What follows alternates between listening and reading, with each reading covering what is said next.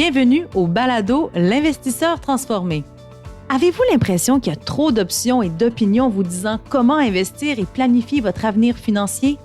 Grâce à son approche simple et directe, l'animateur Ruben Antoine de la firme Toulette Matthews et Associés vous guide à travers la complexité de l'industrie financière. Les sujets abordés dans ce balado vont transformer votre expérience d'investissement et augmenter vos chances de devenir libre financièrement pour toujours. Bonne écoute! Ici l'animateur Ruben Antoine du podcast L'Investisseur transformé. L'épisode que nous avons fait précédemment, qui est sorti au début du mois, nous avons couvert les mythes en fiscalité. Et ça a été tellement populaire que nous avons décidé de continuer sur le même thème avec une deuxième partie. Nous avons aussi la chance de revoir notre même expert invité, le fiscaliste Réginald Pierre-Louis.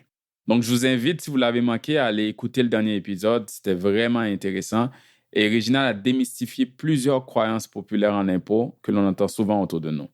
Aujourd'hui, nous allons nous concentrer sur les mythes en fiscalité au sujet des riches, entre guillemets, mais aussi des entrepreneurs, ceux qui ont une corporation, par exemple. Et ici, j'utilise le mot « riche », mais nous savons tous que ce mot-là veut dire quelque chose de différent pour chaque personne selon notre propre point de référence. Mais je pense que ça va être vraiment intéressant. Je commence justement par demander à Réginald c'est quoi sa définition d'être riche ici au Québec ou au Canada. Et il va s'en suivre après une super belle conversation. Donc, je vous souhaite une bonne écoute. Réginald, content de te retrouver encore pour continuer à briser les mythes les plus courants en fiscalité. Merci Ruben, plaisir partagé de te revoir à nouveau. Donc, Réginald, on va plonger direct dans le vif du sujet. Aujourd'hui, on va parler de différents mythes. On va parler des mythes liés aux riches. Là, je dis le mot riche. Avant de plonger dans le sujet, justement, je vais te demander comme première question, Réginald, comment tu définis être riche? On s'entend là, sans politiser la question. Et la raison pourquoi je demande, c'est parce qu'on sait que le mot riche, là, ou quelqu'un qui est riche, c'est très relatif. Hein? On est tous plus riches ou moins riches que quelqu'un. Et il y a aussi comment qu'on se sent. Hein? Des fois, quelqu'un peut être très riche, mais se considère dans la classe moyenne, ou quelqu'un peut être juste assez bien financièrement, mais se sentir quand même assez riche. Donc, c'est très personnel. Donc, mais j'aimerais savoir ta définition personnelle de c'est quoi être riche. C'est une excellente question, Ruben. Écoute, au dernier podcast, je t'avais dit que la réponse préférée de tous les fiscalistes était « ça dépend ». Exact. Et encore aujourd'hui, je me dois d'utiliser cette phrase, cette expression « ça dépend ». Qu'est-ce qu'une personne riche? Qu'est-ce qu'être riche? Ben, tout d'abord, il faut s'entendre, est-ce qu'on parle en termes de revenus ou on parle en termes de valeur nette, ce que les gens vont souvent dire la richesse? La question « qu'est-ce qu'un riche? » est très difficile et elle ne peut pas, en fait, être répondue, considérant toutes les variables qui peuvent être utilisées. On peut regarder, par exemple, le revenu. Donc, est-ce qu'on va définir un riche en fonction de son revenu? Donc, on va regarder les revenus les plus élevés, les personnes qui sont dans le 1% de la population, le 5%, le 10%, le 15%. Quand va être le seuil? Donc, même en regardant le revenu, qui est une variable, c'est extrêmement difficile de venir dire quand est-ce qu'on est riche? Ou on va regarder plutôt l'accès au panier de ressources. Donc, quelqu'un qui n'a pas un gros revenu, mais qui a accès, par exemple, à faire des voyages annuellement, à de la fine gastronomie, à des chirurgies plastiques, à des soins de santé gratuits, à un service de garde gratuit, à des frais de scolarité gratuits. Peut-être que le revenu n'est pas élevé, mais le panier de services, le panier de ressources qui est disponible est tellement grand qu'à quelque part, son revenu, elle s'en sert uniquement pour des raisons personnelles. Donc, quand on regarde seulement le revenu, encore là, c'est une des variables, mais il y a tellement d'autres éléments qui rentrent en compte, puisque lorsqu'on parle également du revenu, on parle également des charges. Donc, quelqu'un qui a un haut revenu, mais qui a des hautes charges, qu'elles soient obligatoires ou qu'elles soient discrétionnaires, on ne peut pas uniquement se fier au revenu pour venir dire qu'une personne est riche. Qu'est-ce que tu veux dire par là? Peux-tu me donner un exemple? Oui, je vais donner quelques exemples. En fait, je vais te poser la question. À mon tour de passer en entrevue, la personne qui fait les entrevues. J'aime ça. On va prendre juste des scénarios de base. Quelqu'un qui est célibataire, pas d'enfant, entre mi-vingtaine et mi-trentaine, qui habite encore chez ses parents, qui paye aucun loyer, qui paye pas sa nourriture, qui fait 80 000 par année. Ben, c'est sûr que cette personne-là risque d'avoir des ressources plus importantes, malgré que son revenu est à 80 000, donc il ne fait pas partie du 1% des plus riches, il n'est pas dans le palier supérieur, etc. mais il fait quand même partie des personnes bien nanties, on va dire ça comme ça. Donc, cette personne-là, est-ce qu'on va considérer qu'elle est riche? Je ne sais pas. Un autre exemple, si je vous dis un couple qui ont juste un salaire, madame est la seule à travailler, elle fait 200, même 250 000 par année, mais ils ont deux enfants, un des enfants est handicapé et il s'occupe également d'un des grands-parents. Donc, ils sont aidants naturels. Donc, est-ce qu'à 200, 250 000 avec un revenu, s'occuper d'un enfant, l'autre conjoint n'a pas de revenu parce qu'il est à la maison, s'occuper de deux enfants dont un handicapé, plus un parent en titre d'aidant naturel, est-ce que vraiment la personne est considérée riche, basée uniquement sur son revenu à 200, 250 000, considérant toutes ses obligations? Un dernier exemple, un couple, deux salaires, 60 000 ou même 50 000 donc dans les moyennes canadiennes, qui font des voyages constamment, qui ont un bon train de vie, aiment ça voyager à travers le monde. Maison à Westmount qui vaut 2 millions, qui ont reçu en héritage des grands-parents. Un chalet de 700 000 avec une hypothèque de 450 000 donc une valeur nette quand même supérieure à 2 millions ici qu'on parle. Donc, on parle d'une bonne valeur nette. Techniquement, en termes de valeur nette, ils sont millionnaires. Mais les revenus sont simplement de 60 000. Est-ce qu'on va dire que ces personnes-là sont riches parce qu'elles ont beaucoup d'actifs nets? C'est de très bonnes questions, puis j'aime les trois scénarios, là, les trois profils que tu viens de décrire, parce que, comme tu le sais, Réginald, je travaille dans le domaine de l'argent, de la gestion de patrimoine, et puis quand on parle de richesse, c'est sûr que nous, dans notre domaine de gestion de portefeuille ou de gestion de placement, de conseil financier, on définit la richesse comme la valeur nette, mais c'est un bon point que tu amènes, parce qu'après, quand on pense à tout le monde en général, ce qu'on a dans notre tête, c'est quoi la richesse? Il y a le côté de la perception, puis l'autre côté qui est qu'est-ce qui se passe vraiment dans la situation des gens. Parce qu'à première vue, le deuxième profil que tu as décrit, là, la madame qui fait 200 000 par année ou 250 000, des fois, mettons, elle, si ses collègues savent, par exemple, qu'est-ce qu'elle fait environ, ils vont tout de suite la mettre dans la catégorie riche, sans savoir s'ils ne savent pas c'est quoi sa situation. Parce qu'après, elle est dans la génération sandwich, elle s'occupe d'un parent, plus d'un enfant handicapé, il doit avoir beaucoup de charges, il y a un enfant qui ne travaille pas. Et à 200 000, quand il y a une personne qui fait un salaire à 200 000, c'est pas la même chose que deux personnes qui font un salaire à 100 000, elle est plus imposée.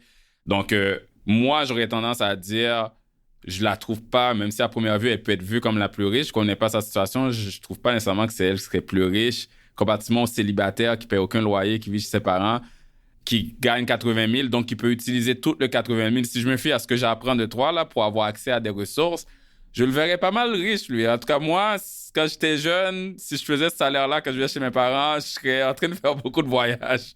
Donc, c'est ça. Puis après, l'autre couple qui fait 60 000 par année, je suis d'accord aussi. De façon de perception, on peut dire, ils sont dans la moyenne si on connaît pas leur situation. Mais encore une fois, moi, dans mon domaine, je regarde valeur nette. Si je sais qu'ils ont une maison à Westmount sans hypothèque, j'aurais tendance à dire qu'ils sont riches, mais ceci étant dit, c'est un bien intangible. Ils ne peuvent pas vendre une fenêtre pour aller acheter une voiture, par exemple. Donc, c'est une richesse, mais elle n'est pas autant accessible. Donc, c'est très relatif. Encore une fois, là, c'est difficile à dire. Richesse, c'est-tu parce qu'on a accès à des liquidités tout de suite aussi, ou on doit, la maison à Smart, donc, je sais pas. Ça, c'est comme ça que je vois ça, vu que tu me poses la question, mais j'ai hâte d'entendre ta perspective à toi. C'est très difficile et je dis souvent ça à mes étudiants, c'est très facile de critiquer une loi, mais faire la loi, l'écrire, la rédiger, c'est extrêmement difficile. Déjà, là, on s'entend, on retourne très, très loin en arrière, à l'époque où toi et moi, nous ne sommes pas nés, et nos parents étaient pas nés non plus. On a décidé au Canada d'imposer le revenu. C'est un choix qu'on a fait, d'imposer le revenu. Il y a des pays qui imposent plus la richesse. De mémoire, ça se peut que je me trompe, mais de mémoire, la France a un impôt, je pense qu'il y a un impôt sur la fortune ou un impôt sur la richesse, peu importe. Certains pays européens ont ça. L'inconvénient de celui-là, c'est que si jamais de famille en famille, inconvénient ou avantage, tout dépendant où est-ce qu'on se met, si on reçoit justement des biens, des propriétés, des terrains en héritage, mais qu'on n'est pas capable de payer l'impôt, ben ça oblige à vendre le terrain, donc ça oblige un certain transfert de richesse. Parce que c'est un bien illiquide, ouais. C'est un bien, est-ce que oui, tu n'as plus d'argent, vends-le, tout simplement. Fait que c'est un choix de société que au Canada, au Québec, on a décidé d'imposer les revenus et on a décidé d'imposer l'individu. Certains crédits vont être ou déductions vont être sur base familiale, mais généralement, on impose l'individu. On regarde nos voisins aux États-Unis, il y a la possibilité d'imposer le couple. Donc, le couple ensemble fait une seule déclaration.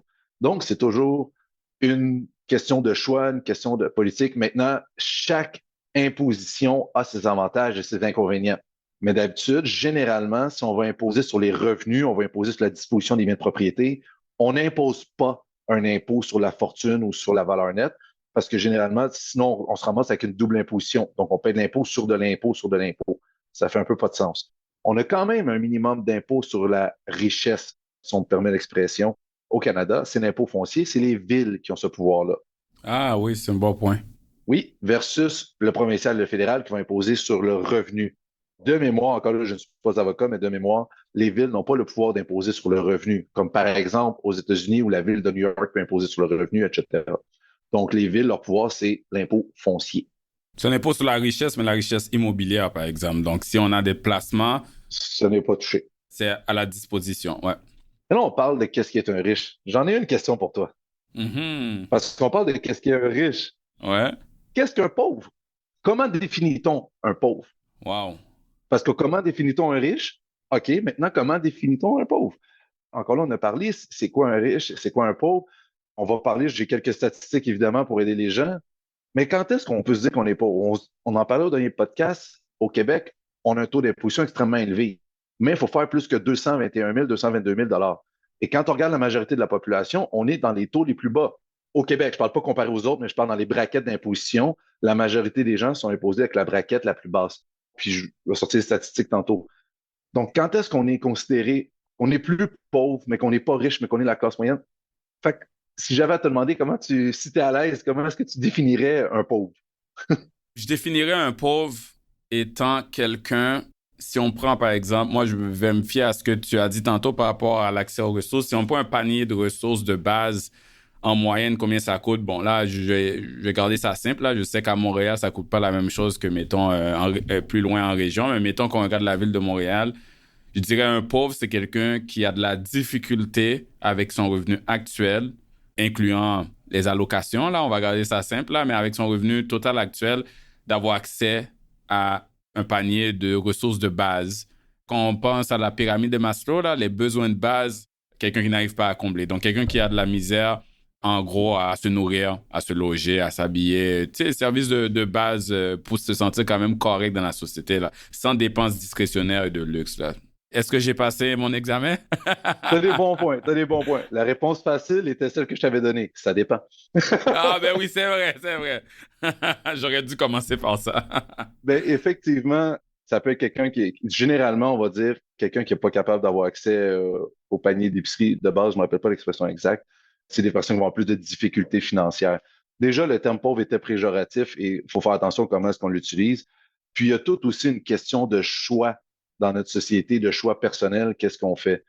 Je vais donner un exemple. En fin de semaine, je faisais une déclaration de revenus pour une amie à moi qui a fait un retour aux études. Puis, elle faisait puis on va voir tantôt, mais elle faisait plus de 35 000, autour de 30 000 par année. Et elle est étudiante et elle se considérait pauvre. Je dis, ben écoute, techniquement, tu t'en sors pas si pire pour quelqu'un qui habite ça. Je dis pas que tu vis dans la richesse, mais, et là, elle m'expliquait, puis je dis, écoute, il y a beaucoup de choix personnels que tu fais qui coûtent de l'argent, mais ce n'est pas de la faute du gouvernement. Donc, est-ce que ça devrait être comme, par exemple, tu fais le choix d'habiter seul, de pas aller en colocation. Encore là, c'est un choix. C'est pas toujours le fun d'être en colocation. Je comprends. J'étais en colocation, je sais c'est quoi. Mais encore, tu fais le choix d'habiter seul, tu fais le choix d'habiter à Montréal, tu fais le choix d'avoir une auto plutôt que le transport en commun, tu fais le choix d'avoir un animal de compagnie. Un animal de compagnie, ça coûte cher. Ça coûte cher, un animal de compagnie. Tu fais un choix de tout ça. C'est correct, puis je ne juge pas tes choix. Mais est-ce que vraiment, OK, parce que tu fais tous ces choix-là, on devrait te donner une allocation additionnelle? Ça se peut, je dis pas que non, mais c'est des choix personnels. J'adore la perspective que tu amènes parce que nous, quand on regarde dans notre domaine, dans le conseil financier, on le voit que des fois, on doit ramener les gens à penser à leurs dépenses, leur vie, parce que des fois, quand on parle juste de l'exercice commun qu'on connaît qui s'appelle le budget, des fois, on entend des gens dire « je me sens serré ». Tu sais, je me sens serré dans mes dépenses. Puis, il y a beaucoup de personnes qui le sont, là, on s'entend. Mais il y a certaines personnes, quand tu mets à analyser dans quoi ils dépensent, le iPhone à 1000$, là, c'est un choix, tu sais, qu'on change chaque année en plus. Donc, des fois, là, c'est une question de perspective. Puis là, je ne vais même pas dans pauvre ou riche, je parle juste de quelqu'un qui peut faire n'importe quel niveau de salaire, mais qui trouve que son niveau de revenu après impôt est quasiment égal à ses dépenses. C'est ça. Donc, je comprends ce que tu veux dire. Des fois, il y a des choix personnels qui rentrent là-dedans, là. Puis pour rentrer dans quelques statistiques pour aider les gens, je veux simplement citer la source. J'ai pris ça du bilan de la fiscalité au Québec de la chaire de recherche en fiscalité et en finance de l'Université Sherbrooke, donc l'encadré 26. le seuil de revenu de 2020. Donc, au Canada, le seuil de revenu de marché et gain en capital pour faire partie du groupe des 1% supérieurs au revenu au Canada est de 280 000 Donc, en moyenne, si tu faisais plus que 280 000, tu étais dans le 1% au Canada. Au Québec, c'est 242 600. Et là, c'est donné 2020, pas 2022. Et 2020, on se rappelle que c'était quand même pendant le début de la pandémie. Donc, j'ai pas 2019, malheureusement, pour comparer. Puis le plus haut au Canada, en Alberta, c'est 315 000 pour être dans le 1%, et le plus bas, c'est au Nouveau-Brunswick à 128 000 pour être dans le 1%. Et pour faire partie du groupe des 10% des revenus les plus élevés, au Canada, c'est 101 000. Au Québec, on parle de 90 800. Donc, rendu à 91 000 on fait partie des 10% des personnes qui ont les plus hauts revenus. Je ne dis pas les riches, les personnes qui ont les plus hauts revenus au Québec. Ah, c'est un bon point. En 2020. Oh oui, mais ça nous permet quand même un peu de voir où est-ce qu'on se situe, là, même si c'est des données de 2020. Autre chose qui est intéressant, par contre, à l'inverse, les revenus les plus bas. Donc, le tableau donne également la médiane, donc pas la moyenne. Faire la différence, la médiane, c'est le chiffre qui se retrouve au milieu versus la moyenne, c'est les plus gros, les plus petits ensemble, on divise par deux. Donc, le chiffre médian pour séparer la population en deux. Donc, soit qu'on est dans les 50 plus haut, dans les 50 plus bas. Donc, au Canada, 28 500 en 2020. Et au Québec, on parle de 27 700, donc autour de 28 000 Donc, si vous faisiez plus que 30 000, d'après ces deux-là, si je les ai bien compris, parce que je ne suis pas un gars de statistiques, mais si je les ai bien compris, ça veut dire que au-dessus de 30-40 000, vous faisiez partie probablement des 50% Les plus rémunérés, qui ont un plus gros revenu. qui avaient des revenus. Oui. Donc, c'est pas énorme, là. Puis, je pense pas, moi, qu'on est riche rendu à 30 000. Mais ça reste que ce sont les statistiques. Et j'ai également trouvé le salaire moyen au Canada, c'était en 2020 de mémoire. Donc, le salaire moyen au Québec, on parle de 55 700 par personne. Fait que maintenant, qu'est-ce qu'un riche, qu'est-ce qu'un moins bien nanti? Je vais laisser ça aux auditeurs de décider quel est le résultat final. Ben, ce qui est le fun, puis merci de nous avoir éclairé là-dessus, ce qui est le fun, c'est que comme je disais tantôt, on a toute notre définition personnelle, mais là, ça nous donne un peu plus de chiffres ou de données pour peut-être soit confirmer ce qu'on avait en tête de notre définition du riche ou un peu l'ajuster. Donc, après, comme tu viens de dire, c'est personnel. On va rentrer, on va utiliser ça. Ça a été une bonne base, une bonne fondation pour partir notre discussion sur les mythes reliés aux riches. Et puis, par riche, comme vous le savez, je mets ça entre guillemets. Je commence avec le premier mythe ou la première croyance. Là, on verra si c'est un mythe ou non. Réginald, j'entends des fois des gens qui disent « les riches ne payent pas d'impôts ». Éclaire-nous sur cette mythe ou cette réalité, si c'en est une. Je vais prendre la question de manière littérale. Ils ne payent pas d'impôts, c'est faux. Les riches, évidemment, en fait, tout le monde qui a un revenu paye de l'impôt. Sauf quelques exceptions, évidemment, il y a les crédits de base et certaines circonstances exceptionnelles que les gens ne vont pas payer d'impôts, mais ça reste que les riches vont payer d'impôts. Maintenant, en paye-t-il assez? Ça, je ne peux pas répondre parce qu'encore là, ça dépend des choix, ça dépend de comment est-ce qu'on voit ça, ça serait quoi leur parti. Donc, est-ce qu'ils en payent assez? Ça, c'est toute autre question. Mais est-ce qu'ils n'en payent pas? C'est faux de dire ça. Ils en payent. Maintenant, tout est relatif. On va donner quelques explications. On dit que c'est un impôt, et évidemment, on ramène toujours ça à l'impôt sur le revenu. Et on ne parle pas des taxes à la consommation, des charges sociales et de tous les autres types d'impôts qui existent. L'impôt sur le revenu, ça dit, c'est basé sur le revenu. L'impôt est basé sur le revenu. Donc, dès que quelqu'un a un revenu, il va payer de l'impôt. Et même s'il n'a pas de revenu, ça reste que généralement, ici je fais un signe de guillemets, les riches vont souvent dépenser aussi comme des riches. Donc, ils vont payer des taxes à la consommation, des charges sociales, etc. Donc, ils vont quand même des taxes foncières si jamais ils ont des propriétés. Ils vont quand même amener des recettes à l'État. Généralement, ça va être... fait que dire qu'ils ne payent aucun impôt, c'est exagéré. Des fois, ça peut arriver que les gens mélangent ça. Par exemple, qu'on voit les situations où quelqu'un d'aisé qui est entrepreneur pour partir sa business dans le passé, est parti d'autres business qui n'ont pas marché, donc a plein de pertes en capital. Puis là, cette personne-là a une business qui marche maintenant, qui fait des revenus, des gains en capital, mais ne paye pas d'impôts en ce moment parce que tout le monde, pas juste cette personne-là, ont accès à cet avantage fiscal-là où on peut prendre des pertes en capital d'une année passée puis le mettre contre les gains en capital de l'année courante. Donc, on ne va pas payer d'impôts pendant ce moment-là. Mais des fois, les gens, ils voient ça, ils disent, voilà, il ne paye pas d'impôts alors qu'il a plein d'argent, mais c'est pas nécessairement une passe fiscale que juste les personnes aisées y ont accès et pas tout le monde. Donc, il faut faire attention à toutes ces affaires-là. Tu as raison. Et on a Les médias, veut pas, le rôle des médias, c'est qu'on clique, hein, les fameux clickbait, c'est de vendre des journaux. Donc, Ouais, ouais, ouais, c'est ça. ils vont insister sur des éléments d'une situation sans nécessairement parler de toute la situation. Donc, un entrepreneur qui a lancé plusieurs projets, qui s'est, permettez-moi l'expression, planté, a réalisé des pertes, a perdu de l'argent. Donc, si on a fait une perte, on a perdu de l'argent. Et que là, finalement, un projet qui réussit, eh bien, va pouvoir utiliser ses pertes généralement contre le gain qu'il a fait. Donc, si le gain est supérieur à ses pertes, il va quand même avoir un gain net. Et si ses pertes sont supérieures à ses gains, il ne paiera pas d'impôt. Pourquoi? La loi de l'impôt, je ne vais pas dire qu'elle favorise les entrepreneurs, mais elle a certains bénéfices pour les entrepreneurs. Ben, elle veut encourager les entrepreneurs à un certain niveau. Elle veut encourager l'économie.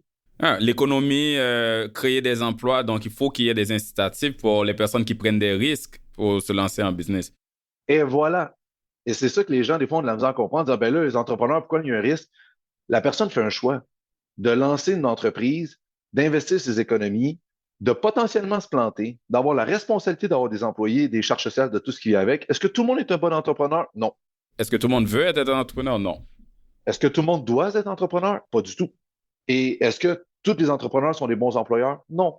Ça, c'est complètement un autre débat. Mais ça reste que ça prend des gens pour partir des business. Et pour ça, ben, on va mettre des incitatifs fiscaux qu'on pourra discuter dans un autre podcast. Mais c'est là qu'on en est. Fait que, est-ce que les personnes maintenant mieux nanties ou les entrepreneurs risquent d'avoir accès à des planificateurs financiers ou à des fiscalistes pour optimiser leur situation? C'est probable.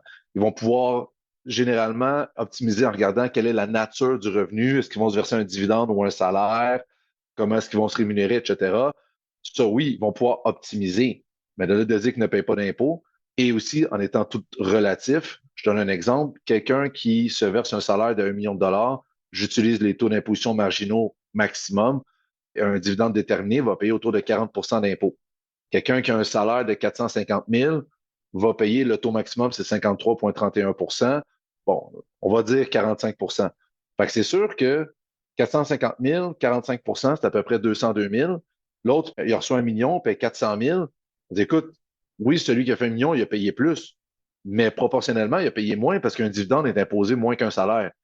Et là, si je mets juste ça dans les journaux, les gens vont capoter en disant, mais voyons donc, les salaires, le monde ne s'impose pas, c'est comme ça qu'ils sauvent de l'argent. Encore les entrepreneurs, les riches. Un instant. Maintenant, voici ce que vous ne voyez pas. Pour verser un dividende, ça veut dire qu'il y a une société qui s'est imposée dessus.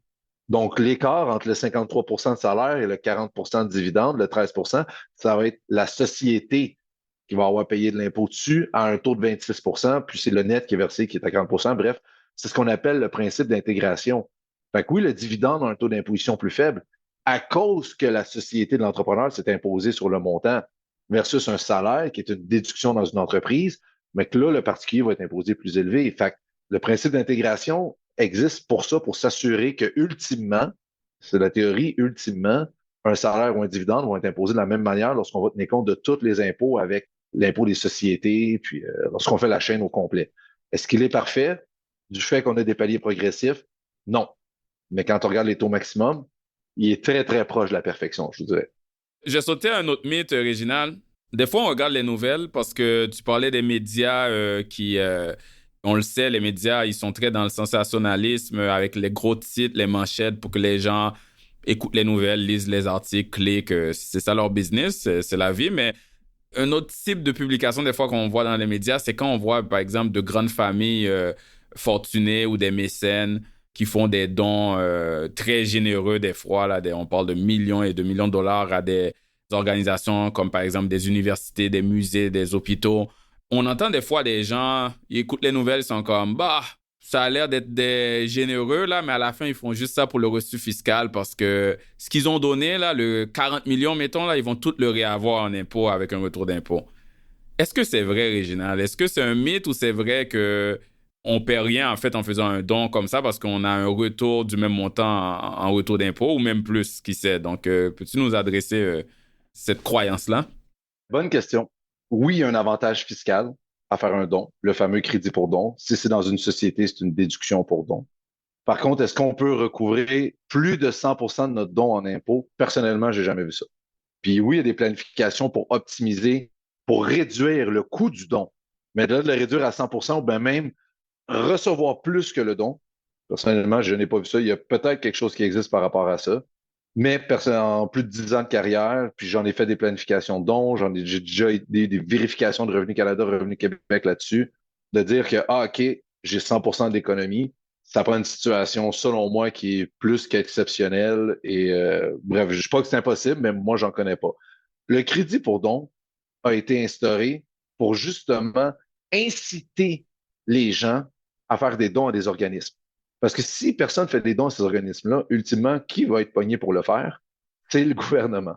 Donc, un don, c'est plus, est-ce que c'est bien ou c'est non? J'en parlais avec un collègue de professeur qui a fait des recherches là-dessus, qui, lui, était davantage d'opinion qu'on devrait payer plus d'impôts et enlever le crédit pour don pour que le gouvernement redonne aux organismes. Alors que moi, je dis non, non, non. Moi, je préfère avoir mon crédit pour don et donner aux organismes que je veux encourager.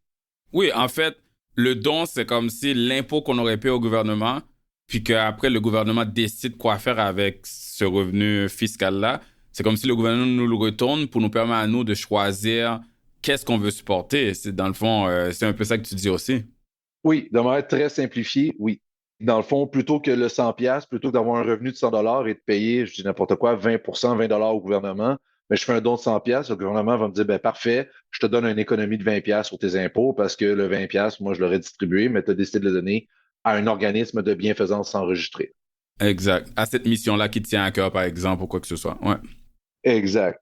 Faut pas oublier aussi qu'il y a toujours la notion d'appauvrissement quand on fait un don. Je fais un don, il n'y a pas de contrepartie.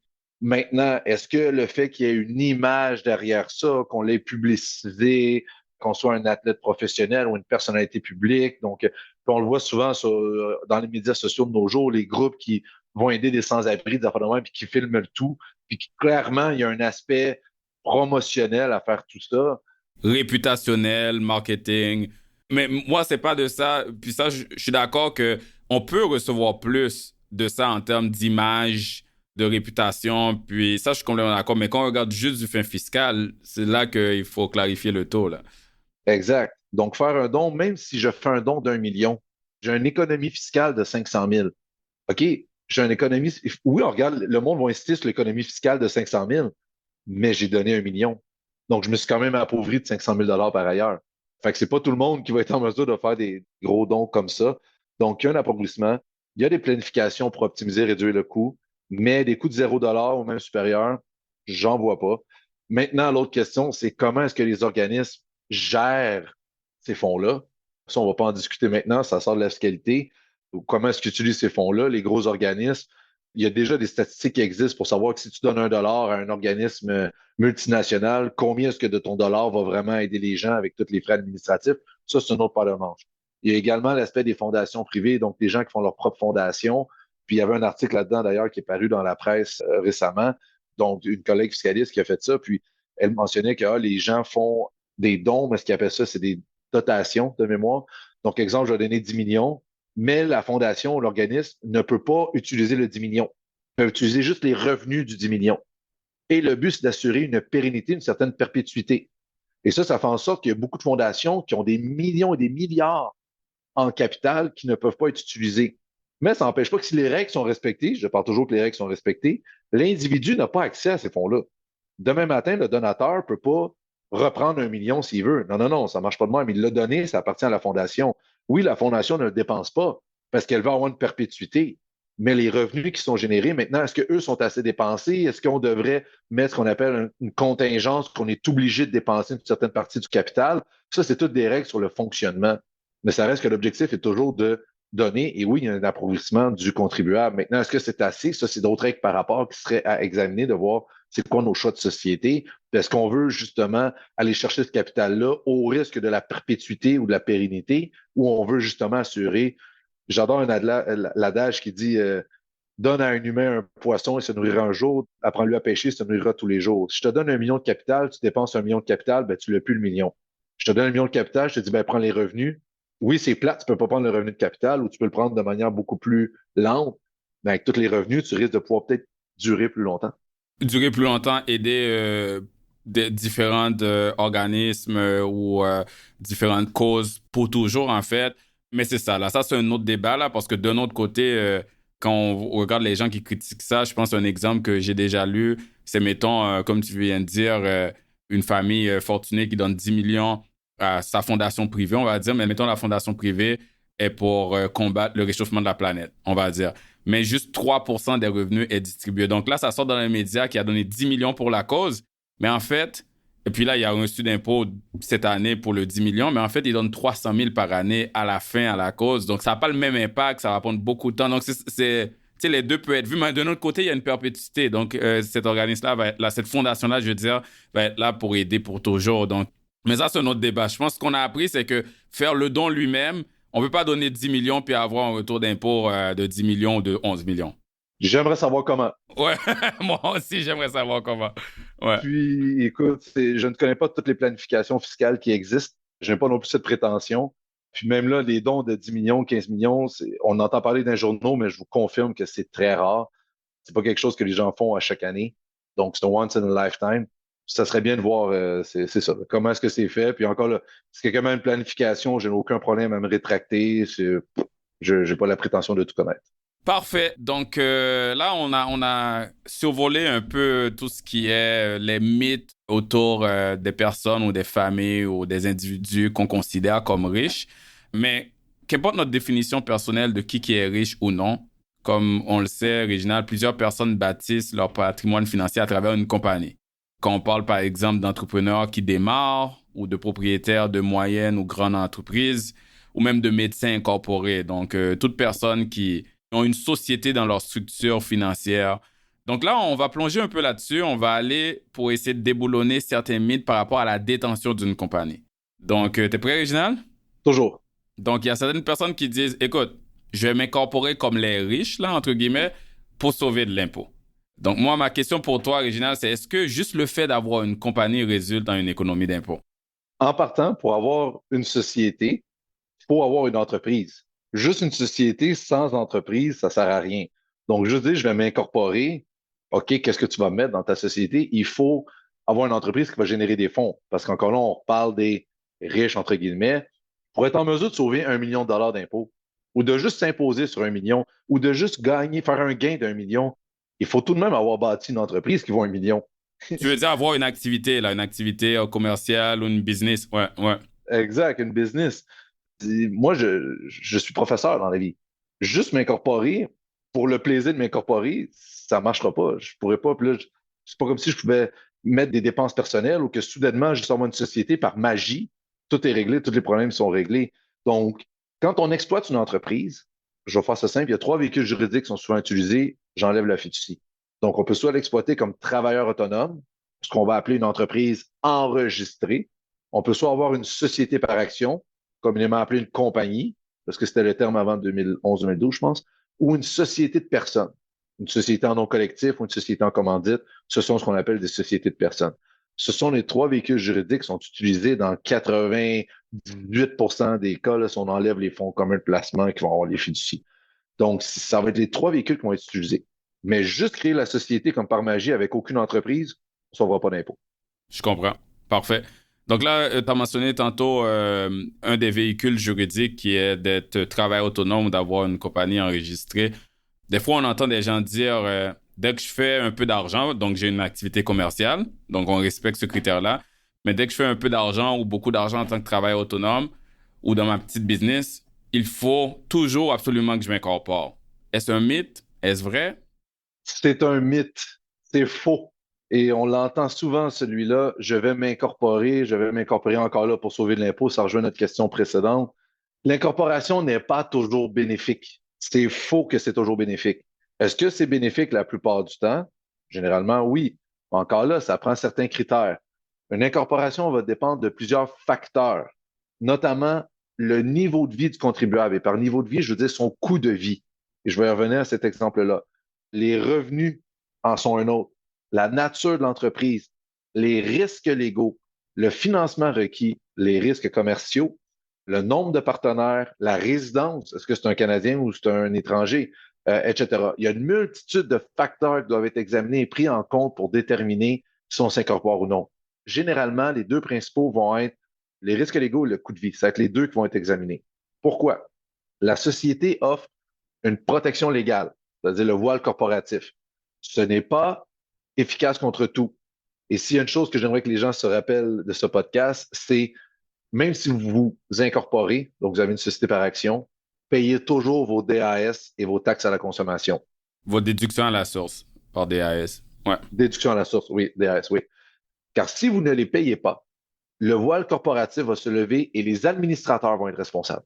Définis voile corporatif pour le bénéfice des auditeurs et auditrices. Bon point, effectivement. Donc, le voile corporatif, quand on crée une société, on crée une personne morale. Donc, je vais faire une allusion, c'est comme mettre une personne au monde, mais au niveau juridique.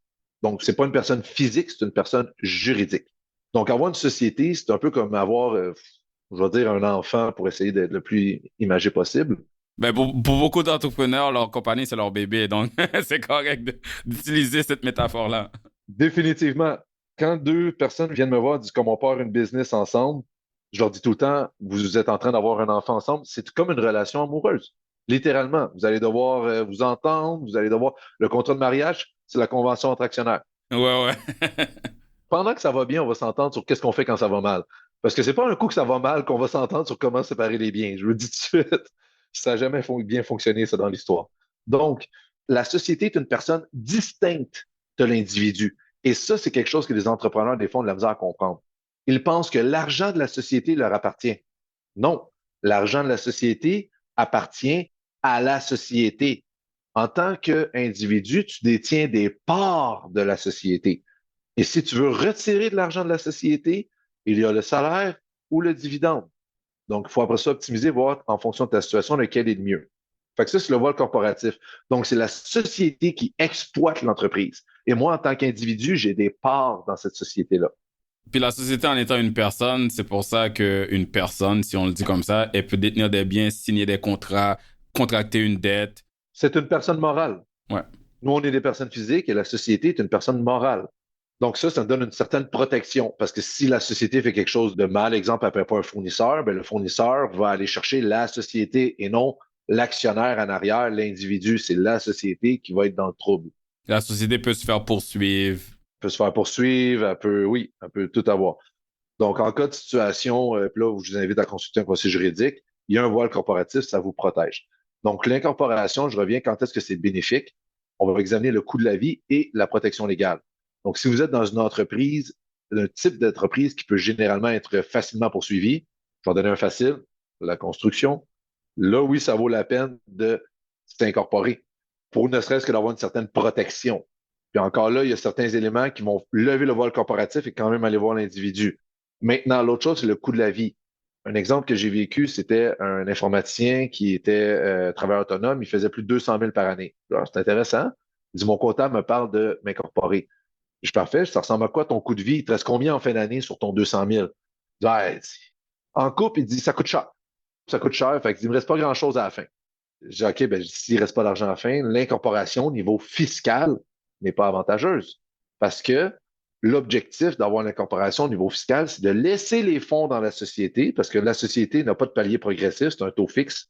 Il y a trois taux fixes pour la société, tout dépendant de certains critères. Donc, c'est entre 12 et 26,5 % au Québec.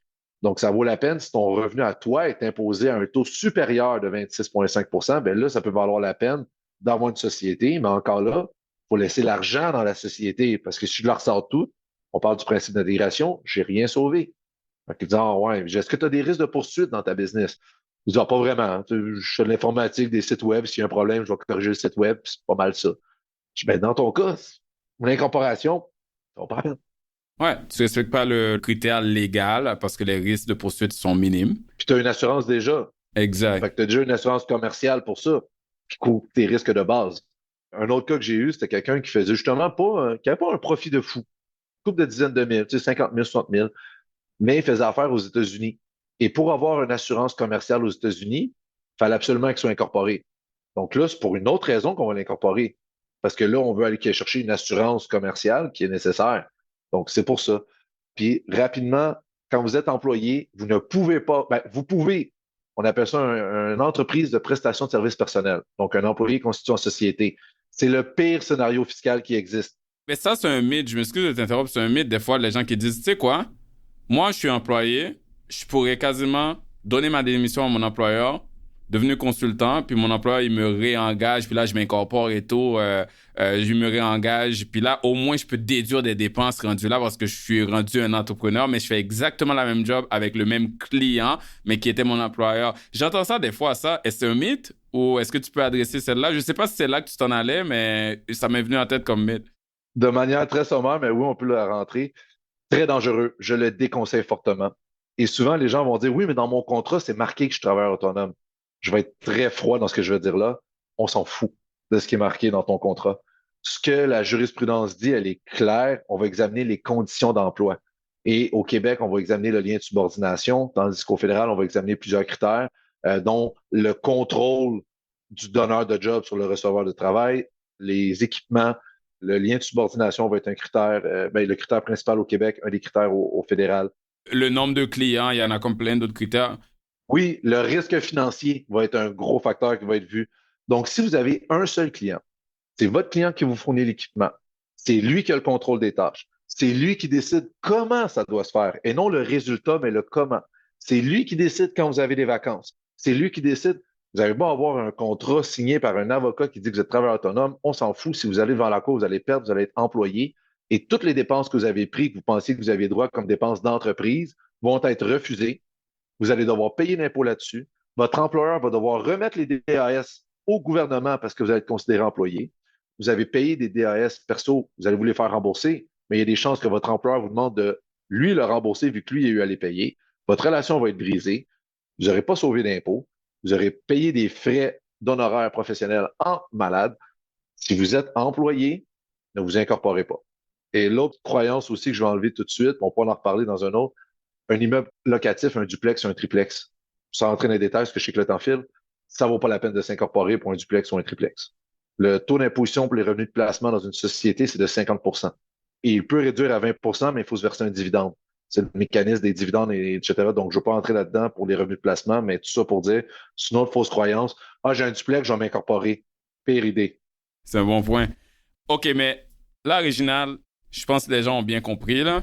Mettons que quelqu'un se fait bien conseiller, réalise que maintenant, ça a fait du sens de s'incorporer pour diverses raisons, et fiscalement, ou pour d'autres raisons. Puis là, ça va bien, la business va bien, ils ont une société. Puis là, ils se disent, ben là, moi, je vais trouver une façon de payer moins d'impôts. Donc, une façon que je compte le faire, mythe ou non, tu nous le diras, Réginal, c'est de payer un salaire à mon ou ma conjointe ou à mes enfants. Puis vu que ces personnes-là ont un taux d'imposition plus bas, je paye moins d'impôts. Est-ce que c'est vrai ou faux? C'est vrai, mais ça dépend. Il y a une condition. Il y a un mais. Vrai mais. Hey, on en a fait un vrai, là, j'aime ça. Vrai, mais ça dépend. C'est le salaire, ça le dit, c'est une contrepartie donnée pour un service rendu. Donc, il faut que conjoint, conjointe, enfant, ou peu importe les personnes qui ont une indépendance qui sont dedans, offrent un service à l'entreprise et il faut que la dépense soit raisonnable. Deux critères. Dans la loi, et j'étais prêt à ta question, et c'est la seule fois où je vais te lire la loi, ça dit, dans le calcul du revenu d'un contribuable d'une entreprise ou d'un bien, les éléments suivants ne sont pas déductibles. Les dépenses, sauf dans la mesure où elles ont été engagées dans le but de gagner un revenu d'entreprise ou de bien. Et plus tard dans la loi, ça dit aussi que la dépense doit être raisonnable.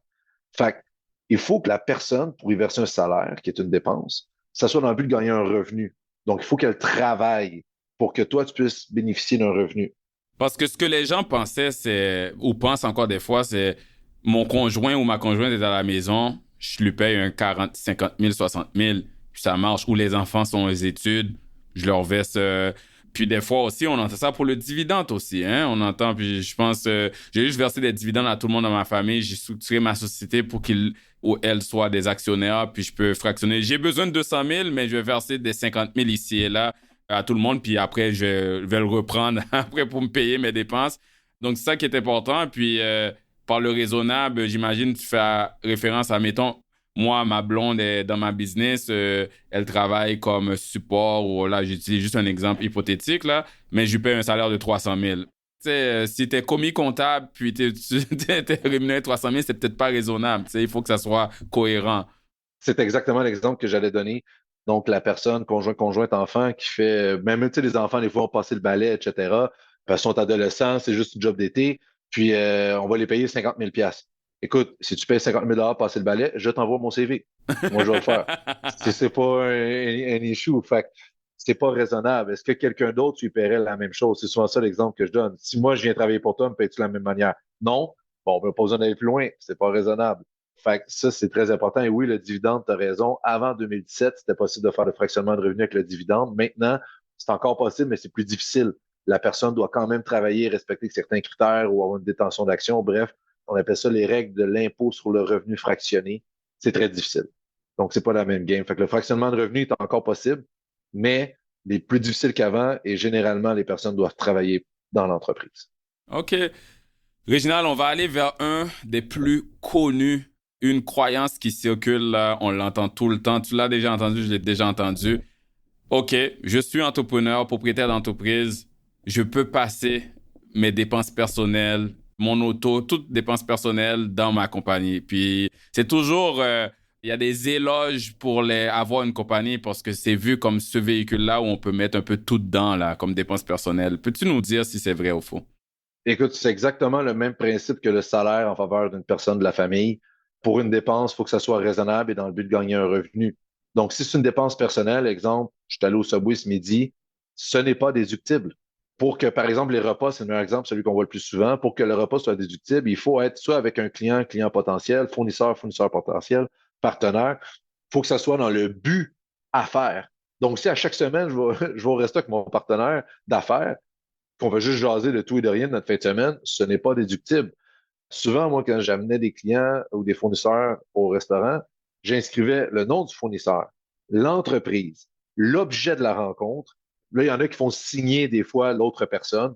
Vous pouvez aussi, c'est pas une obligation, mais ça reste que j'indiquais le but. Comme ça, si j'avais une vérification, je sortais la facture, puis à l'endroit de la facture, quand je quittais, je demandais au serveur, tu as un crayon, j'écrivais les informations de quoi qu'on a parlé, etc. Au moins, il y a ça. Vous pouvez toujours aussi, après le repas, envoyer un courriel à l'autre personne. Dire, hey, merci pour le repas, merci pour les conseils. Voici les repas, c'est toujours, il faut faire attention. C'est qu'est-ce qui est le plus contestable et qu'est-ce qui est le plus dur à prouver.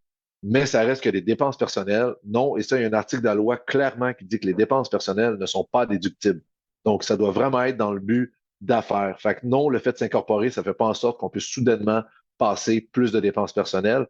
Et le fait de s'incorporer, ça ne veut pas dire qu'on peut aussi prendre plus de dépenses qu'un travailleur autonome avec la même entreprise pourrait prendre. Ça, c'est important. Les gens pensent qu'en passant de travailleur autonome à société, je peux prendre plus de dépenses. Non. Travailleur autonome, les mêmes règles s'appliquent.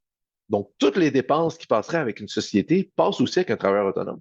Je pense que ça revient à ce que tu nous as dit plus tôt, Réginald, que l'entreprise elle-même, la compagnie elle-même, c'est une personne à part entière. Donc, il faut faire la différence. De la même façon que tu as dit que l'argent de l'entreprise, de la compagnie, c'est pas l'argent de la personne, ben les dépenses de la personne ne sont pas les dépenses d'entreprise. Donc, il faut vraiment faire cette distinction-là. Dans le même ordre d'idée de dépenses personnelles ou d'achats personnels qu'on a tendance à vouloir mettre dans une corporation, si je te demande, Réginald, certaines personnes, ils pensent qu'acheter leur résidence personnelle, leur maison dans leur société, ça fait bien du sens. Est-ce le cas? Non. Répondre simplement non. Et à éviter à tout prix. Souvent, les excuses qu'on entend pour faire ça, c'est ah, ben, l'argent est dans ma société, si je m'assors, je vais payer de l'impôt dessus, donc je vais utiliser l'argent qui est dans ma société, j'ai un plus gros pouvoir d'achat. Oui, mais c'est purement temporaire et très momentané, l'économie d'impôt, puisque par la suite, ça risque de coûter beaucoup plus cher. C'est à éviter au maximum. Premier élément, si la résidence est détenue par la société, vous perdez l'exemption pour résidence principale. Ça fait mal. Déjà, juste là, toute la plus-value future, vous allez devoir vous imposer dessus. Juste pour définir l'exemption de résidence principale, c'est le fait qu'on ne paye pas d'impôt sur notre propre maison quand on la vend, en tant que personne. Donc, dans la société, on a plus d'avantages-là. Exact. Pour prendre l'exemption pour résidence principale, donc exempter une partie ou la totalité du gain lorsqu'on vend notre résidence principale, il y a plusieurs critères. Un des critères, c'est que ce soit détenu par l'individu. Fait qu'on perd l'exemption pour résidence principale. Il y a un risque de double et même de triple imposition. Disons que la société détient la résidence et qu'elle charge un loyer à l'individu, à l'actionnaire.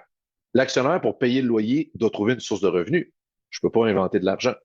Donc, sa source de revenus, soit qu'elle va venir d'un travail qu'il a à l'extérieur ou probablement de sa société qui génère des placements ou quoi que ce soit. Donc, sa société va devoir verser un salaire ou un dividende, trouver, elle, de l'argent, avoir une entreprise ou des placements pour générer des revenus et payer un salaire ou un dividende à l'actionnaire. L'actionnaire va devoir payer un loyer à la société. La société va devoir s'imposer sur le revenu locatif moins les dépenses. Donc là, on se retrouve que la société doit générer un revenu d'entreprise ou de placement, payer un salaire ou des dividendes, et s'il paye un salaire, il reste de l'argent à payer de l'impôt, ou s'il paye un dividende, payer l'impôt et après ça, verser un dividende à l'individu. L'individu doit s'imposer sur le salaire ou le dividende et doit ensuite payer un loyer à sa société qui, elle, doit s'imposer sur le loyer moins les dépenses. Ouais, c'est circulaire, là. C'est circulaire. Donc, on vient de créer de l'impôt à tout bout de champ. Pour juste faire l'argent bouger d'une poche à une autre pour revenir dans la même poche. Exact. Et si le loyer n'est pas à la juste valeur marchande, conséquences fiscales et risque de double imposition. Et là, vous pourriez me dire, ben, je vais juste pas faire de loyer. Pire solution également. S'il n'y a pas de loyer, eh bien, il y a un avantage à l'actionnaire, parce qu'on s'entend, une société ne va pas faire ça pour ses employés, acheter des maisons et les laisser vivre dedans gratuitement. Donc, c'est un avantage qui est bénéfique à l'actionnaire. Donc, l'actionnaire va s'imposer sur un avantage qui va généralement être le plus élevé entre le loyer à la juste valeur marchande ou le rendement sous capital investi. Qu'est-ce que ça veut dire, ça? Parce qu'il y a des actionnaires qui étaient, on dit ça brillants, ils allaient dans des coins perdus, ils se faisaient bâtir des manoirs. Puis ils disaient, écoute, pour quelqu'un qui vient vivre dans ce coin perdu-là, il va payer un loyer dérisoire parce que c'est loin de tout. Mais le manoir coûtait 1 million de dollars. Fait que là, ce que le gouvernement dit, il dit un instant, ils on t'imposera pas sur la valeur du loyer que tu n'as pas payé. Si ce million-là, il avait été placé par ta société aurait généré 5-10 par année. Le rendement sur le capital investi, c'est là-dessus qu'on va t'imposer, cette valeur-là, parce que tu as privé ta société du capital, qu'elle aurait généré des revenus. Et ça, c'est plus élevé que le loyer d'où ce que tu restes. Et si le loyer est plus élevé que le rendement, là, ils vont t'imposer sur le loyer. Fait qu'ils vont prendre le plus élevé des deux.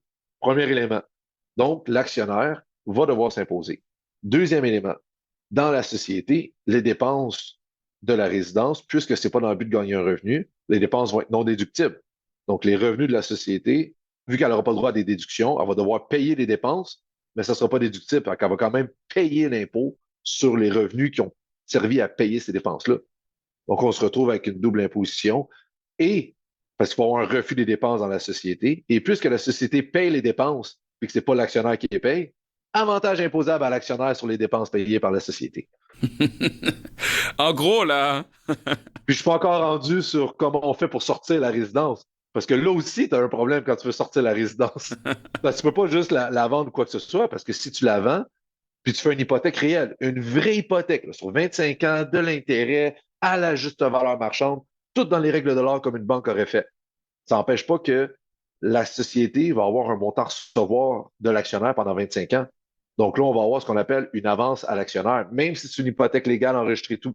C'est une avance à l'actionnaire, et là, pendant plus qu'un an, la totalité de l'avance va être imposable à l'année 1 pour l'actionnaire, et au fur et à mesure qu'il rembourse, il va avoir une déduction, mais ça reste que la valeur de la maison comme avance à l'actionnaire va être imposable pour lui l'année 1, quand on veut régler la situation. Sinon, il faut lui verser un dividende en nature, il faut... Bordel, bordel, bordélique. Je pense que c'est ça qu'il faut retenir. Acheter notre propre maison dans une société, c'est bordélique. Évitez ça, ne le faites pas. Je pense que c'est clair. Tout ce que j'entendais, c'est avantage imposable, double imposition. Non, non. Donc, je pense que c'est clair. Si les auditeurs et auditrices n'y ont pas suivi parce que tu n'as pas ton tableau, mais s'il y a une chose qu'il faut retenir, c'est bien ça. Réginald, on a couvert beaucoup de mythes. Ça fait un bon tour entre cet épisode-là et celui qu'on a fait précédemment. Je pense que, tu sais, c'est sûr, là, on s'entend, là, il y en a une multitude d'autres mythes. Ça se peut qu'on fasse d'autres épisodes dans le futur là-dessus.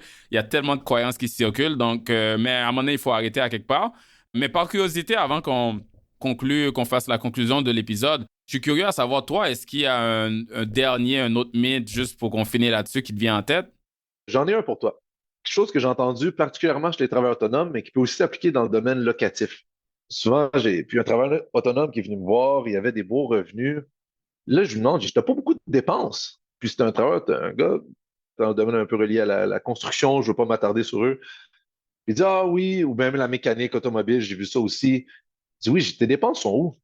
Il me dit, ah, il dit, mes dépenses, je les ai payées cash. Comme ça, je sauve les taxes. Là, je le regarde avec des gros yeux. Non, non, non, c'est une mauvaise idée, ça. Ben non, je sauve les taxes quand j'achète cash, ça vaut la peine, là. Je vois, mais tes clients après, qu'est-ce que tu fais? Tu leur vends avec des factures parce que ils veulent des garanties et tout. Oh oui, ça, mes ventes sont là, puis tu le quittes. Et là, je fais un petit calcul avec lui. J'ai en ce moment, tu te rends compte que tu payes de l'impôt en double parce que tu as payé cash et que tu n'as aucun avantage à payer cash sauver les taxes ou quoi que ce soit en étant travailleur autonome ou dans le domaine de l'immobilier ou quoi que ce soit. Tu commences ça. On va faire ça simple. Tu achètes un item 40 $. Tu le revends 75 $. OK, puis on va oublier les taxes, mais dis pas que les taxes, c'est encore pire. Mais ça, tu le revends 75 $. Si tu n'as pas de facture, tu te fais vérifier, ton 40 $ ne sera pas admissible. Mais ça n'empêche pas que tu l'as payé. Tu n'as plus l'argent. Fait que dans tes impôts, 75 $, tu t'imposes sur 75 $, tu payes 20 %. Donc, sans facture, 75 fois 20 %, tu payes 15 $ d'impôts. Fait que quand on regarde le chemin financier, tu as reçu 75, tu as payé 15 $ en impôts, tu as payé 40 $ à ton fournisseur cash pour sauver les taxes. Ça fait en sorte que, ultimement, il te reste 20 $ dans tes poches. Si tu avais eu une facture maintenant, tu ne te serais pas imposé sur ton revenu de 75, tu te serais imposé sur ton revenu après tes dépenses. Donc, sur 35 $, fois 20 %, tu aurais payé 7 $ d'impôts. On refait le chemin financier. Sur soit 75, tu payes 7 $ d'impôts, 40 $ pour ton achat. Il te reste dans tes poches 28 $. Donc, avec la facture, il te reste 28 $. Donc, il te reste plus d'argent dans tes poches en ayant acheté avec une facture. Parce que tu peux déduire ça contre ton revenu, c'est ça le point. Exact. Donc, ça vaut pas la peine. Et même chose en immobilier. Ah, j'ai fait venir le mécanicien, il a changé telle chose, j'ai changé telle affaire, j'ai payé cash, j'ai sauvé les taxes. Ta dépense avec les taxes au niveau du résidentiel en immobilier aurait été déductible. Et en plus, tu aurais eu une garantie et une preuve de revenir contre l'entrepreneur s'il y a un travail mal fait. Un entrepreneur sans facture, bonne chance pour le retrouver puis dire qu'il a fait une mauvaise job puis demander de revenir corriger ses affaires. Bonne chance. Ça vaut pas la peine. Tu perds de l'argent. C'est pas juste comme, oh non, non, non, non. Financièrement parlant, ça ne vaut pas la peine. Tu dois déclarer tous tes revenus de loyer, mais là, tu te retrouves à pas pouvoir déclarer toutes les dépenses parce que tu n'as pas le document qui le supporte contre ces revenus-là. Exact. À la fin, tu es perdant parce que tu payes plus d'impôts. Tu penses que tu sauves 15 le TPS TVQ, mais tu payes plus en impôts. Et voilà. C'est un très bon point. C'est un bon point. Puis souvent, ceux qui vont faire ça sans facture, on va calculer les impôts à la fin, ils n'ont pas pris la dépense. Là, ils en veulent au gouvernement.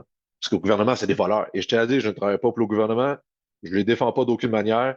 Parce que des fois, la couverture de leur bord, définitivement. Tu vas pouvoir revenir là-dessus sur des vérifications qui n'ont pas super bien été. Mais pour l'instant, on regarde juste cet élément-là. Ils vont vouloir au gouvernement en disant comme, ah, ils nous volent avec l'impôt. Oui, mais tu as fait le choix d'acheter au noir et en ce moment, tu es pénalisé. It's on you. Exact. Fait que c'est de faire attention. C'est un mythe que j'entends des fois des travailleurs autonomes ou des personnes qui ont de l'immobilier. Ah, j'ai pas de facture, j'ai pas rien. Vous vous pénalisez. Je sais même pas de faire une publicité, n'allez pas en dessous de la table jamais. Non, pas du tout. C'est vraiment financièrement parlant. Là. Non. C'est très rationnel. Ouais. Vous prenez votre facture parce que ça vaut plus la peine. Vous avez la dépense, puis vous avez également la garantie qui vient avec, au minimum. Ça va éclairer beaucoup de monde. Merci d'avoir partagé ce mythe-là. C'était vraiment intéressant. Réginald, je te remercie aussi de nous avoir donné ton temps, ton expertise pendant les 2 derniers épisodes pour démystifier plusieurs croyances populaires. C'était vraiment intéressant. J'ai moi-même appris beaucoup. Puis je suis sûr que les auditrices et auditeurs vont trouver ça super intéressant. Merci beaucoup. Merci à vous de m'avoir invité. J'aime bien ce type de podcast-là où on discute et qu'on jase. Donc, n'importe quand, si tu as d'autres éléments, si tu veux rentrer dans les éléments un peu plus de planification financière et fiscale ou de décision de jurisprudence, tout dépendant du temps de l'année où ce qu'on est. Bref, je crois que l'éducation financière, c'est quelque chose qui manque en ce moment au sein de la société québécoise. C'est quelque chose qui est encore tabou. Et je crois que les podcasts comme le tien, c'est définitivement un excellent moyen de retirer les tabous, d'inciter les gens à en parler. Même les gens qui ne sont pas d'accord avec moi, tant mieux. Discutons-en. L'important, c'est d'en discuter. Comme je le dis souvent, je n'ai pas la vérité infuse. J'essaie de ne pas partager mon opinion, mais des faits neutres, mais ça reste qu'il y a tout le temps des exemples, il y a tout le temps des exceptions. J'invite juste les gens à en discuter de manière respectueuse et constructive, puis ça me fait plaisir de revenir discuter même avec d'autres professionnels qui ne pensent pas comme moi. Ça va juste être intéressant. Je suis complètement d'accord avec toi. C'est en écoutant et en voyant différentes perspectives, différentes opinions qu'on apprend puis qu'on grandit tous ensemble. Donc, puis comme tu le dis si bien, on fait ça pour la littératie financière. On va définitivement en faire d'autres, j'en suis sûr. Aux auditeurs, aux auditrices, je suis sûr que vous avez appris quelque chose. Donc, juste pour que ça puisse circuler, pour que d'autres personnes apprennent autour de vous, n'hésitez pas à partager le podcast. Et je vous retrouve dans le prochain épisode de l'Investisseur transformé. À la prochaine! Vous venez d'écouter L'Investisseur transformé, animé par Ruben Antoine. Veuillez visiter le site web tma-invest.com pour vous abonner au balado, demander une copie gratuite du livre L'Investisseur transformé et pour en savoir plus sur la façon dont notre firme aide les investisseurs à atteindre leurs objectifs financiers. Merci. Les investissements et stratégies financières doivent être évalués en fonction de vos objectifs personnels. Les auditeurs doivent alors effectuer leurs propres recherches et consulter un conseiller dans le domaine avant de prendre des décisions sur leur placement et finances personnelles avec les informations fournies dans ce balado.